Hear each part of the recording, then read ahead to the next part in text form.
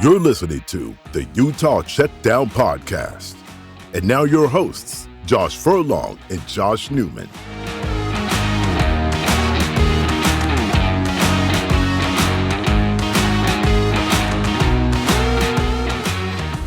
Welcome back to another edition of the Utah Checkdown Podcast. I am Josh Furlong, and I'm joined with co-host Josh Newman.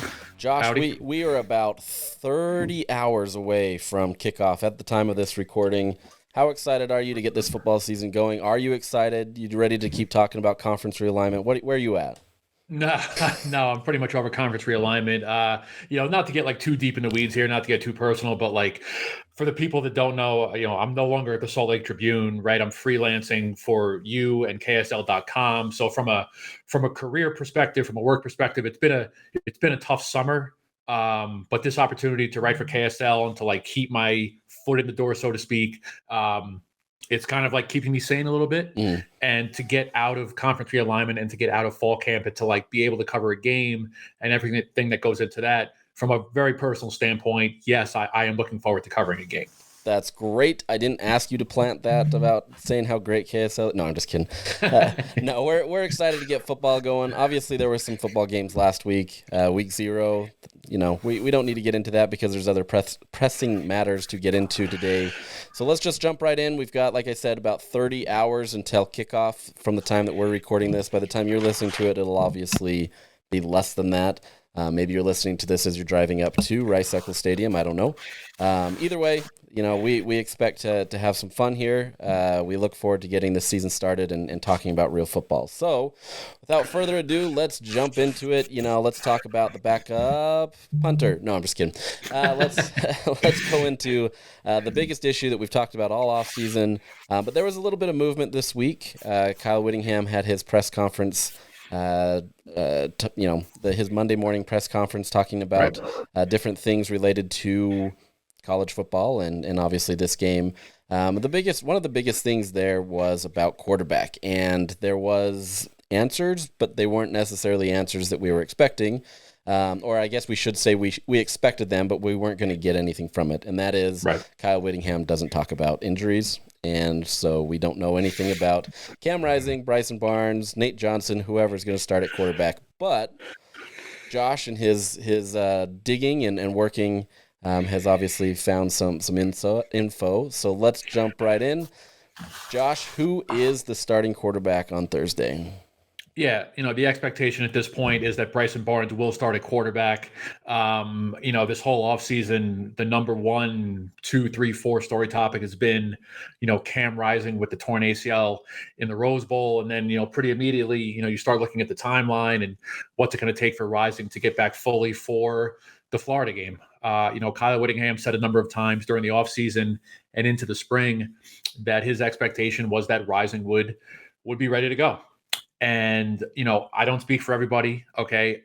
I am generally willing to take Kyle Whittingham at face value. I don't feel like I'm being lied to generally when he talks, right? That's not the case for all college football coaches, but okay. That was the expectation. But, I'm not a doctor. You're not a doctor.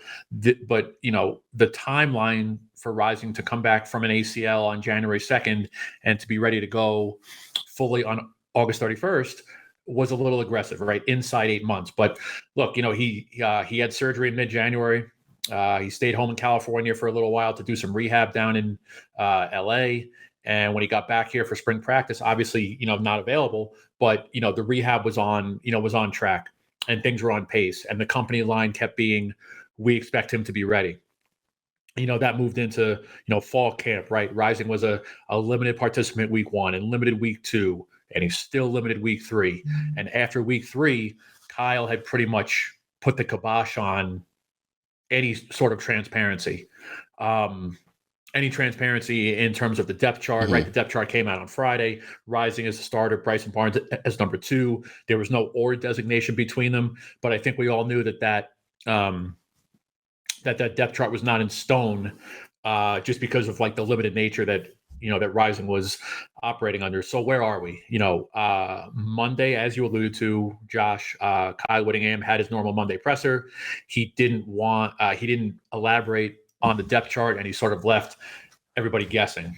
My understanding was that there was another, I don't want to say doctor's appointment, but another conversation between, Rising and the Utah medical staff and his orthopedic surgeon back in California. And he's just not there yet. And, I think, look, hindsight's 2020. And again, I've always been willing to take Whittingham at face value, but I think it was pretty unlikely that Rising would be ready. Not that he, didn't rehab hard enough. It's a timeline, and the timeline was aggressive, and here we are. So, sitting here on Wednesday morning at 11:30 a.m., I'm being told that the expectation now is that Bryson Barnes starts this game and that Rising is not yet available. And this is a situation where Kyle wasn't necessarily trying to lead people along, right? Like, I think they really did believe that there was a possibility that Cam Rising could get that start. And in theory, there still may be a scenario where Rising could play. I don't see it based especially on what you've heard and what I've heard. But I think it's more just kind of a wait and see approach, making sure that he's fully healthy so that they're not trying to rush him. But this isn't something where Kyle was coming into Monday, trying to see how we could hoodwink everybody and kind of get it over them and play this gamesmanship against Florida. This really was a situation where they were still, maybe optimistic that Cam could get there. They'd be stupid not to be able to plan for Bryson, and they have been planning for Bryson this whole time. He's been getting the number one reps. Nate Johnson gets in there every once in a while, and with that being said, Nate Johnson will get some playing time. He will probably get a lot of playing time in this. This isn't something where I fully expect Bryson to be the starter, but I wouldn't at all be surprised if Nate Johnson comes out on the first snap just to be able to throw things off just for fun, right? Last week we talked about this, and I said I was optimistic that Nate Johnson was going to probably be the starter. I even convinced you, and that was a hard battle. But I think both of us in the back of our minds really thought that Bryson Barnes is kind of the guy that was the odds-on favorite. But there's a scenario there where these two quarterbacks will get some time. What that looks like, we don't know. But it's a situation where I think Utah's still trying to figure it out. Kyle even mentioned that, he still says that this is a really close battle. Yeah. And just to be clear, Kyle Whittingham a couple of weeks ago, somebody at a media scrum asked him, what's really the timeline for Rising? Like, how long are you willing to wait? And Kyle sort of, tongue in cheek said 10 minutes. And we spoke to Rising on Monday, right, 2 days ago, and somebody brought up that Kyle took about 10 minutes, and Rising, jokingly said, "Oh no, it's 7 minutes." Yeah. But there is a point there, right? Of course, they're not going to wait until 10 minutes, until 7 minutes, but they were willing to wait until this week. And I do think, well, I was told, and I do believe that there was still real optimism going into this week that maybe he would still be cleared. And if he was cleared this week, there was a real possibility that he would have gone, and we've talked about, on last week's podcast, we talked about, a soft deadline of last Thursday or last Friday, just to, be able to knock some of the rust off and to be in pads and to move laterally and to do all the things that you have to do. So yeah, I think there was real genuine optimism that this was going to happen this week, and it just didn't. And, he's not there yet. He's going to get there at some point here. We don't know exactly when. You can look at the schedule and look, once you get beyond Florida, okay, there's 9 days before you play Baylor. Is that enough time? Game 3 is against Weber. Do you kind of, if Rising is ready, do you put him out there against Weber? Essentially a controlled scrimmage and just knock some of the rust off that way. I think the new kind of assumption, nothing in stone, but I think the new assumption is, if you can get Rising ready for September 23rd against UCLA, the Pac-12 opener, I think you call that a win.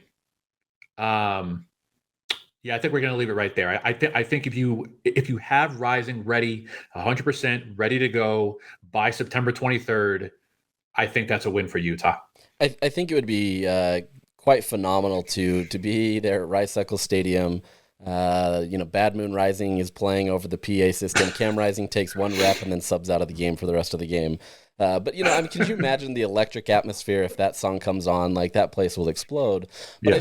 I think more than anything that shows not just as a quarterback, but just who he is on this team, right? Like we saw it when Charlie Brewer was taken out of the game and Cam Rising came in, and it changed the dynamic of this team. So I think there is a lot of reason why Utah really wanted this more than just a beyond a QB, being on the field situation, right? They wanted to be able to have somebody that just has the team's back, the team has his back. And so there's this camaraderie and everything. Now, with that said, there is a lot of optimism and love for Bryson Barnes. So, like, as much as fans want to complain about the frustrations they have with Bryson Barnes being the projected starter and having all that, and some of those reasons are merited and some of them are just fans freaking out for nothing, they've got the support of the team. Andy Ludwig isn't throwing Bryson Barnes out there as a, oh, well, we got nothing else to do. No. He trusts him, right? He's been in this offense for 3 years. He understands it more than anybody else named Cam Rising. He understands this, right? We've already talked about this. His ceiling isn't going to be as high. He's not going to be as flashy as maybe a Nate Johnson if he can get to the level that they project him to be at. But this isn't an issue where Bryson Barnes is going to go out there and it's like they're bringing John Hayes from back in 2011, trying to win a game. I think fans are kind of latching on to a little bit that the walk-on status is kind of is there, right? Like, don't get us wrong. Like you and I have talked about, this is if this doesn't pan out, this is a big miss on the coaching staff. But at the same time, you're dealt the cards that you are. It's not like there was a bunch of quarterbacks coming out there trying to, come to these places. I mean, Florida has probably the better advantage than Utah will ever have at quarterback position in terms of the NIL or the namesake. They got Graham Mertz. Like, this isn't a situation where there was these great quarterbacks out there outside of Sam Hartman that was coming available in the transfer portal. So, look, Utah has what they have. Bryson Barnes is a talented quarterback. I don't think he's going to lose you the game. He can, but I don't think he's going to lose you the game. This is a situation where this just changes the dynamics a little bit, and Andy Ludwig has to be a little bit more creative. Yeah, no, a few things. You've mentioned this before. Some others on the beat have mentioned this before. You look at Bryson Barnes' Utah career, take away like the mop-up duty, right? When Utah's up by 40 and they throw him in there. Washington State on 45 minutes notice, essentially, and the 2 Rose Bowls on a dime when Rising was hurt. There has never been, as far as I know, okay, there's never been a game plan tailored for Bryson Barnes, okay? And Andy Ludwig and Kyle Whittingham and the rest of the staff, they knew that this was a possibility, Barnes starting and Rising sitting. They knew this was a possibility going back to January. Yeah, literally. exactly. Okay, so I find it hard to believe that Ludwig has not been planning for this or thinking that this could be a possibility. I don't think that Ludwig is getting caught like flat-footed. There is a plan in place, and now you've had presumably most of this week, certainly today, certainly tomorrow during the day, to really get Barnes on board here. Now, you talk about not winning the game, he won't lose the game, etc. This is what you need from Bryson Barnes. You need him to take care of the rock, okay? Don't turn it over. You're not going to see him sling it 35 times. That's not a recipe for success. And, run the ball, okay? The offensive line has to win up front. And, yeah, he's going to have to make a few throws here, okay? You're not going to get away with running it, 70-30 or 75-25. That's just not going to cut it. You're not asking him to do a ton, but you're asking him to do a couple of things, okay? Make a few throws. Don't turn the ball over. I still think, and I've said this, back when it was Brandon Rose that we were talking about as the projected starter, my thinking on Rose is pretty much the same as my thinking on Bryson Barnes. You can beat Florida with Bryson Barnes as your quarterback, but he needs help. Again, the running backs, the offensive line, the defense has to make Graham Mertz uncomfortable. Okay, I think this is going to be a low-scoring game, and I think that plays well into Barnes and what that plan probably is, and what Utah needs to do. Now, again, like the radically, drastically underrated storyline here during the summer has been Brant Kuithe. And we don't officially know Brant Kuithe's status. He was limited for all of camp as far as we knew, just like Rising. Don't know officially in stone if he plays or not, but it would be a huge benefit to Barnes if you had that security blanket in Keefe, because Keefe, you can target a healthy Keefe 8, 10, 12 times. He's going to catch 6, 8, 9 balls. Bryson Barnes' job already difficult Thursday night, but it gets more difficult if you don't have Keefe, which, again, I don't want to assume anything, but if he doesn't play, that's not a positive for Barnes. Yeah, I don't know. Like I want to say that Keithy would help this offense a ton, and he would, right? I just don't think he's going to play. That's just my personal thought. Like you said, nothing is official. I don't see a scenario where he goes out there, especially if they were saying that they were on the similar timeline. It just doesn't, in my eyes, seem like it's going to be a feasible thing. So this is something where Utah has to be a little bit more creative, right? They've got tight ends, right? Thomas Yasmin is still a great tight end. He's shown his ability to be able to kind of take that next step. Utah had to do that a little bit without Dalton Kincaid sometimes, so he's been able to step up. And this is a Florida defense that is very aggressive, and so if they over pursue, those tight ends can get loose, and Bryson, he's going to be able to hit the middle of the field, right? Like he's good, I think, within 30 yards of that line. He's got a better arm than that, but I think they're going to feel safe within 30 yards. So, yeah, sure, you want Brant Keithy, you want to be able to have him. They've got guys, but I think Andy's going to be a little bit more diverse in how he schemes this up. He's going to look at it a different way. The fact that they're laying into Nate Johnson playing as much as they say he is, whether that's 5 downs or 15 downs, I don't really know. I think they've got something in their bag of tricks that they feel like that they can use him in that scenario where, Bryson may start, maybe Nate starts, maybe you alternate some reps. I don't think Kyle wants to get into the game of saying, okay, you're going to take a series, Nate, you're going to take a series. But I think they may have some hot hand type situations, right? If Nate's running and he's doing well, maybe they keep him in and then have Bryson in different situations. That's like the number 2 storyline. Okay, if Barnes is starting, right, that's number 1. I think what you do or how you operate with Nate Johnson is the number 2 storyline. Maybe it's something to the effect of, okay, if we're committed to keeping Bryson Barnes' play calling short and intermediate when it's a passing down, maybe we go with Bryson, between the 20s. Mm-hmm. Okay, and then like when it's money time and you're in the red zone, you go to Nate Johnson, something to that effect. But no, I agree with you. I don't think it's a situation where, okay, Bryson Barnes gets the first series, Nate Johnson gets the second series. No, that would be like outside the norm. I think for Kyle Whittingham and Andy Ludwig, I think that they're very committed to, okay, this is our quarterback, this is our starter. He's playing the majority of the reps, but there's going to be times and scenarios where we want to go with Nate Johnson. Again, whether it's in the red zone, whether it's in short yardage, are we going to see some RPO stuff? Like, what's the over-under on number of snaps Nate Johnson takes, or is that like too hard to forecast? That's a good question. I would probably put it at 7.5. Just gut feeling, 7.5. Okay. Okay. That may be too high given on what he did last year, but I think the insistence that Kyle Whittingham said you will see him a lot kind of lends to the fact that they're going to utilize him. How they utilize him, I don't know. I like your idea of maybe in the red zone you put Nate Johnson as your quarterback, give him a little bit more. I mean, Nate Johnson and Jaquindon Jackson and all these guys back there. I mean, that's a tough thing to scheme against. Yeah. You could even put Jaquindon in a wildcat situation. He could throw. I mean, it's not like he's not thrown. He's not a terrible thrower. He was a quarterback. So, I mean, there's things they can do here. That I think Utah can get creative, but I don't know. 7.5, is that a good over-under? Yeah, I mean, my instinct was like 9.5 or 10, because Kyle's been like talking up Nate Johnson. Here's another question. This one matters like way less, but all right. So we're saying Bryson Barnes starter, Nate Johnson 2. Is Mac Howard dressing as 3, or is Jaquindon Jackson your emergency number 3? That's a good question. I think Mac probably dresses. You've got Luke Batari that will dress probably.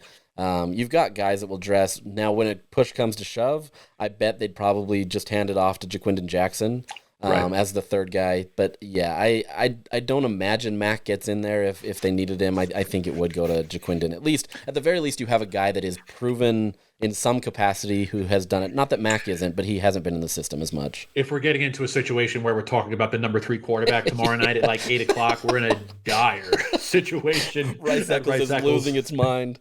This Utah fan base is really like evenly killed. They don't have over-exaggeration. The fan base, who I have a lot of nice things to say about, the fans are on one today. People are like, and again, like I have almost nothing but positive interactions with fans, and I really enjoy going back and forth with this fan base. This fan base is a combination of like excited, nervous, angry, back to nervous. It's an interesting dynamic to watch these fans on social media. You already need the therapy before the game's even started, and it's nothing's actually happened. I mean, the crazy thing is if Bryson Barnes goes out there and just absolutely trucks Florida, I mean, what does that do? I mean, Florida fans have come into this and equally optimistic about this. They think they're going to blow out Utah because Brandon Rose was the projected starter, and so they think that Utah's now on its third string quarterback. When we all know that that's not necessarily the case, but it'll be interesting. But with that said, I want you to tease something that's happening tomorrow. I'll let you take care of that since it's your piece of work. Yeah, I had the opportunity to talk to Cam Rising on Monday for a story that I'm working on. Obviously, Rising, no matter what happens Thursday, right? He's been going through a pretty serious rehab process for the second time in his career. Obviously, he blew out his shoulder in 2020. So I talked to Cam, I talked to Kyle Whittingham, I talked to Cam's father, Nico, just for some insight on, what the last 8 months have been, what the rehab process was like. I got into what all three of them believe is Rising's legacy. Okay, because look, he's gotten Utah to the mountaintop twice, right? He's won the Pac-12 twice. He's gotten them to the Rose Bowl. What he believes his legacy is. What more does he have to prove? Why did he come back? We don't get a lot from Cam Rising in a media scrum setting. He likes to, he'll answer your questions succinctly, but he doesn't give you a whole lot. He went a little deeper on some questions, so I appreciate the time from Cam. That's out tomorrow morning on KSL.com.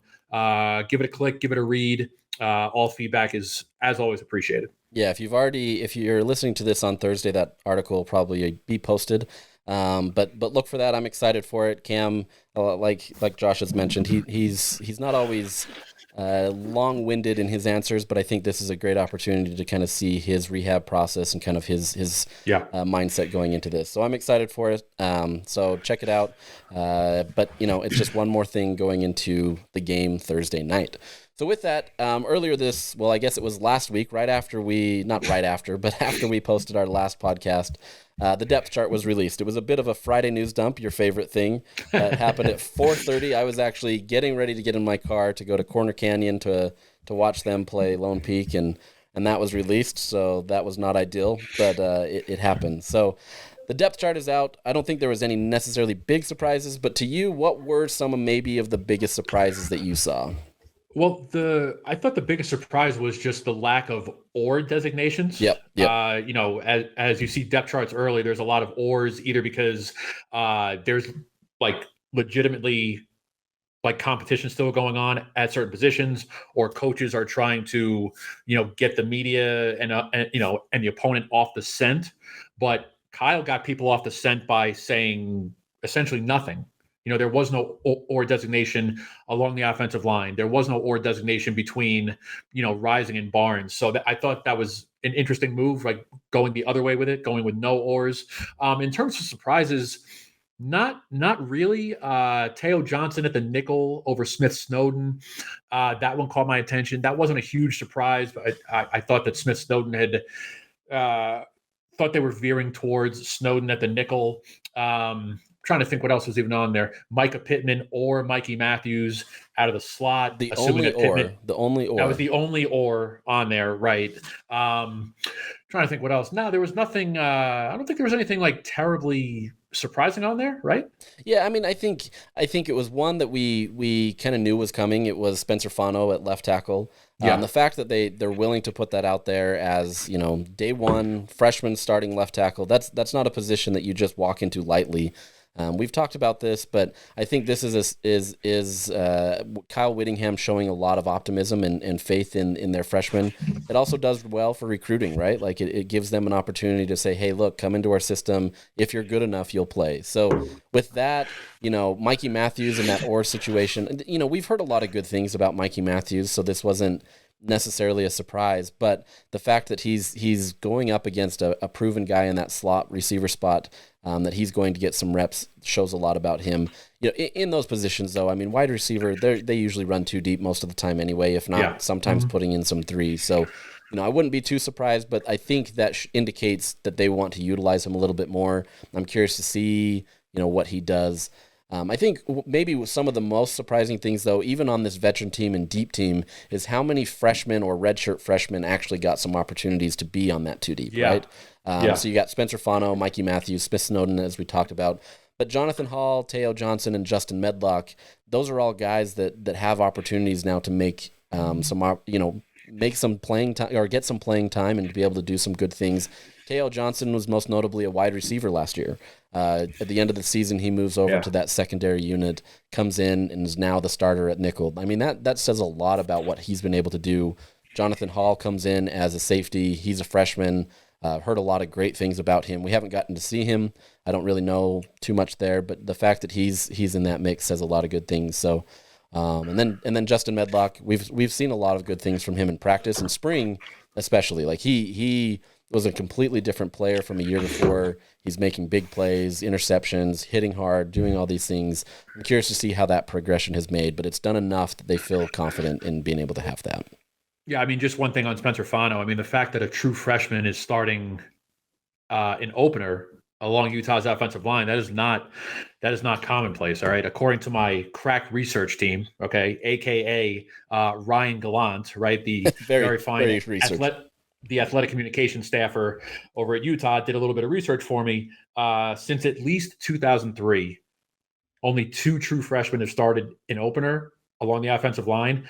Jaron Kump was the 2020 opening night starter at right tackle, and Johnny Maea started the 2019 opener at right guard. That's it for the last 20 years. That's crazy. Fano had the stuff in high school. I mean, that was obviously a massive get. I don't know that anybody really thought that he would get the opening night start, but look, he showed up and he's done what he's had to do.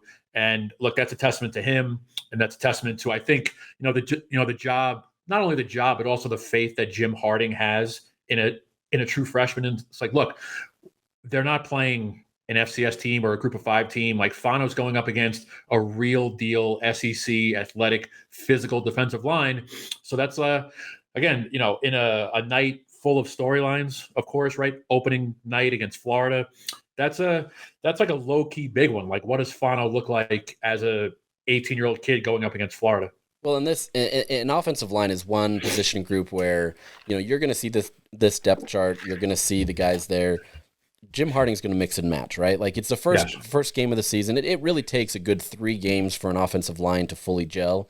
Now, this unit is a little bit better in the sense that they've played together longer, and so maybe there's a little bit more consistency and ability to kind of start early.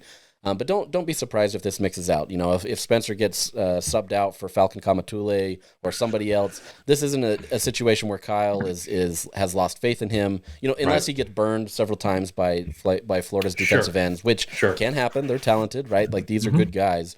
But I think you're going to see some mixing and matching. I still think that they feel confident enough that they know that they can put him in there. It's going to be a great situation.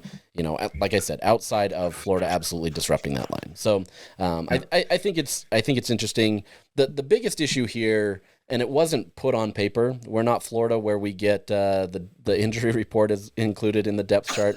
I would welcome that, and I support any movement to do that like the Big Ten is doing, but here we are. There are significant questions on this depth chart of who is actually starting. Right, there's a lot of players that have suffered injuries over fall camp. Kyle has mentioned this several times throughout fall camp. I think he's trying to temper expectations for some of these guys, especially on the defensive line.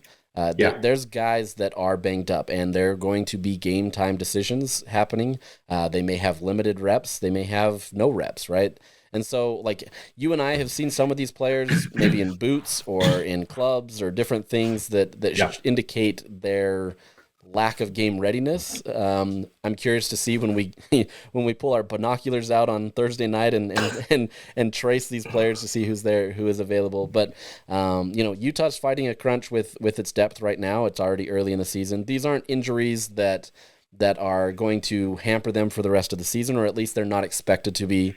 It's just more as they're getting further and further away from fall camp, it's just healing up. So to me, that's probably the biggest area of concern in this depth chart situation. Yeah. I think Kyle on Monday when he spoke to us at the presser, I think he said half a dozen guys whose availability is up in the air. I think he said, you alluded to it. We've been down on the practice field after practice, and guy in a boot, guy in a club hand. You don't know the severity of these things, but it's worth noting that things are happening there. And of course, you would assume that among the half a dozen that Kyle mentioned, one is Brand Keithy, and at the time, and still, one was probably Cam Rising too. Mm-hmm. So, again, another storyline. Defensive line, defensive front four, defensive front seven. This is a byproduct of a more physical fall camp than was the case last year. Okay. Last year, and we've talked to Kyle a few times about this, last year in camp, they didn't do a lot or hardly any hitting. And you saw that in the Florida opener at the Swamp, right? There was a lot of missed tackles, arm tackles, just poor job defensively. So now this year you had more hitting, and part of that was because, look, you have to be ready to play an opener. And another part of that is you have a lot of young guys that have not seen game reps yet. So how can you properly judge a player unless you see them hit? And, look, the QBs were live, right? As Kyle said, Brandon Rose has never taken a collegiate snap. Okay. Nate Johnson has one career pass attempt. At some point, you had to make those guys live during a scrimmage. And there was a freak accident with Brandon Rose. All these things are a byproduct of more hitting in camp. So it's really it's been a fine line how you're choosing to go about camp. Like, how much hitting are you doing? When are you doing it? I don't know this to be certain, but I'd heard at some point along the way here during August that, at one point, Bryson Barnes was live, and then at one point he wasn't during another scrimmage. Again, that's not official, but that's the point, though. You have to be really careful with how you're doing it. And, even if you strike a proper balance between, thud and full tackle and full pads and the whole thing, anytime you're live, anytime you're full pad going at each other, you run the risk of injuries. And there's some guys injured, there's some guys banged up, but look, this is the road that they chose, how to operate during camp. This is what happened. So as you alluded to, we'll see Thursday who is in and who is out.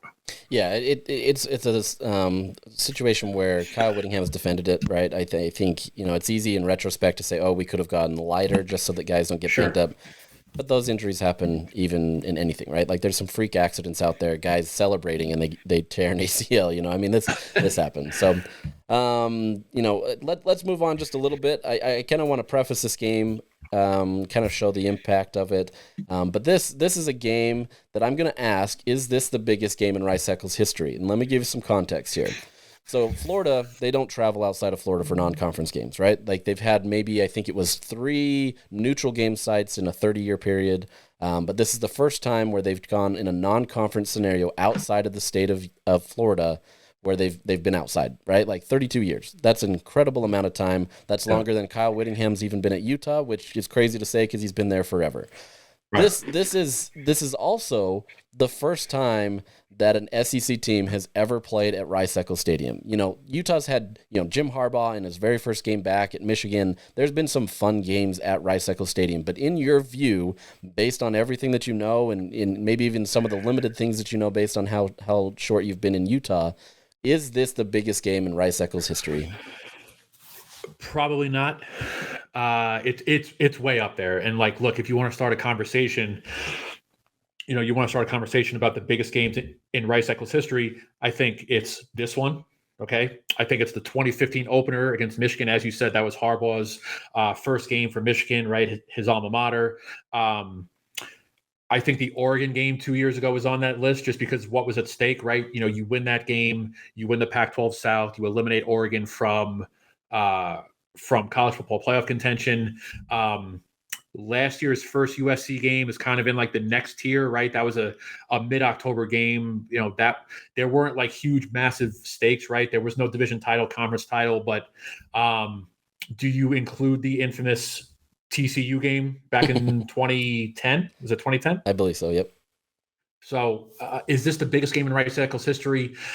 My instinct is no, but it's probably in the top 2 or 3.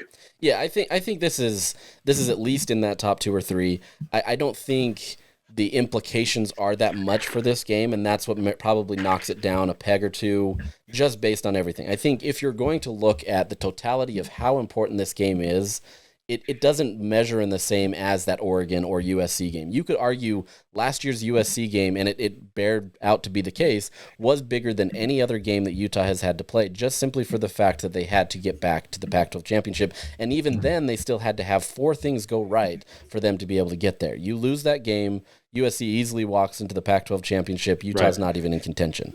So, we can have these different things where, you can say, okay, this is the biggest game in history or this and that.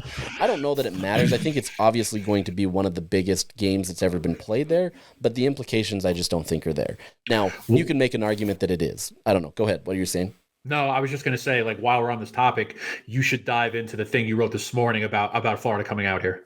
Yeah, I mean, and I touched on it in the sense that, this is more, I guess, for Utah's standpoint, this is more of them being able to say, hey, our national brand is rising, right? Like they never went, they've never had home and home series with the Floridas or anything like that. They did have Michigan, and so that was one step, but that was kind of more back when the Pac-12 and the Big Ten had an agreement that said, hey, we're going to have this partnership where we travel to the Big Ten comes to here. So outside of that, this is now, Mark Harlan and the athletic director, the school, they scheduled this and got it in the sense where they got a home and home. Florida agreed to do it. They've got Arkansas, they've got Wisconsin, they've got LSU that have agreed to do it. These games don't happen 10 years ago, right?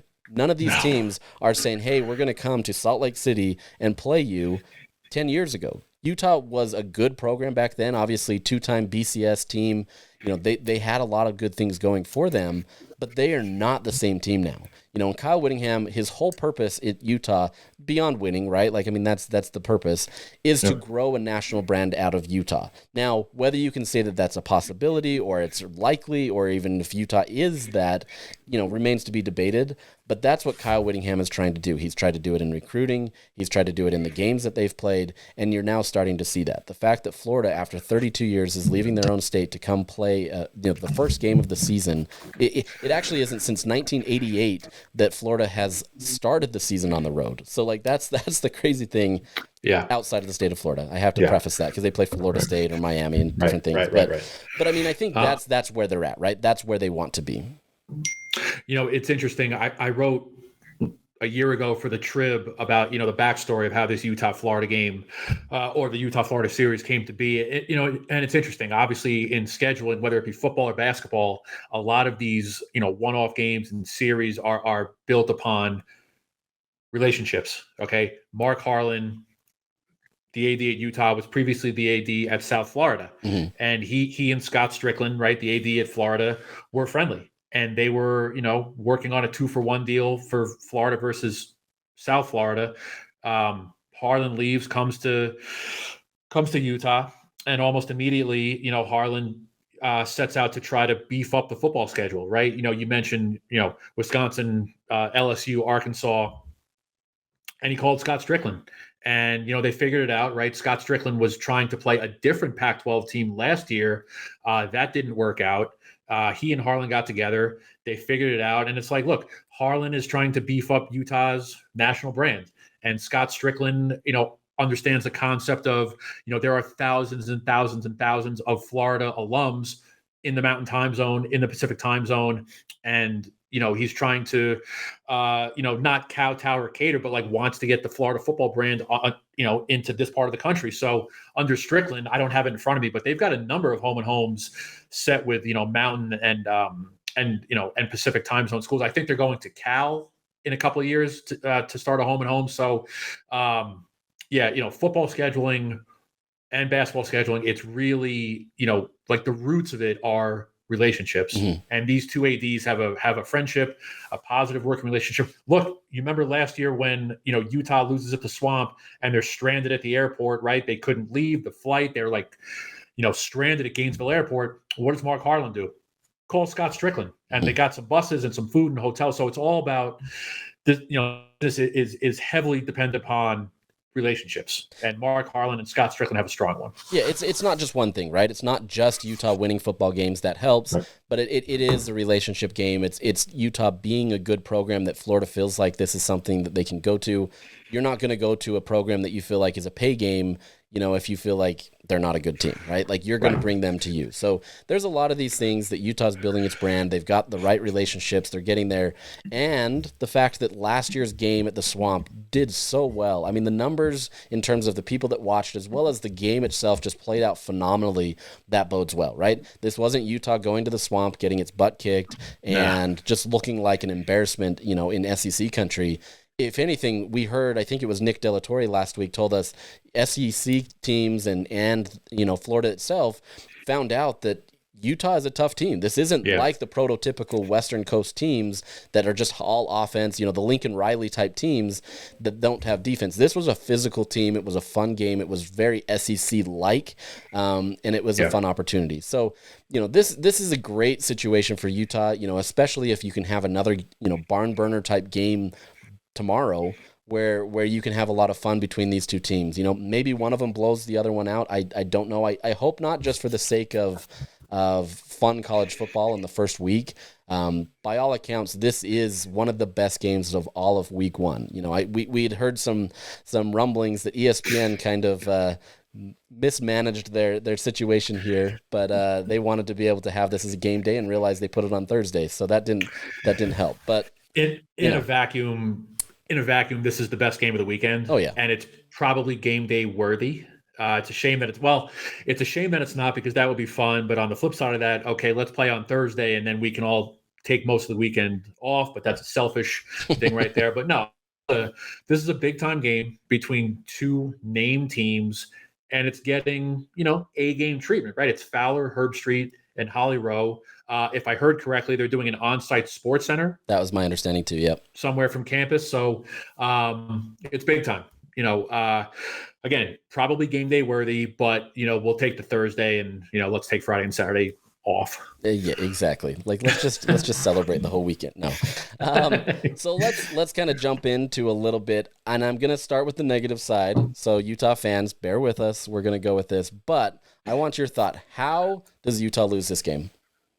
If the defense is not playing well and they're getting beat up front, and in turn, if you're forcing Bryson Barnes to have to throw the ball 30, 35 times, I don't think that's what you want. You don't want to be playing from behind, because this particular quarterback, for all the positives that he brings, I don't think you want him slinging it all over the place. So if you're getting beat up front and you begin playing from behind, I think that does not bode well for Utah.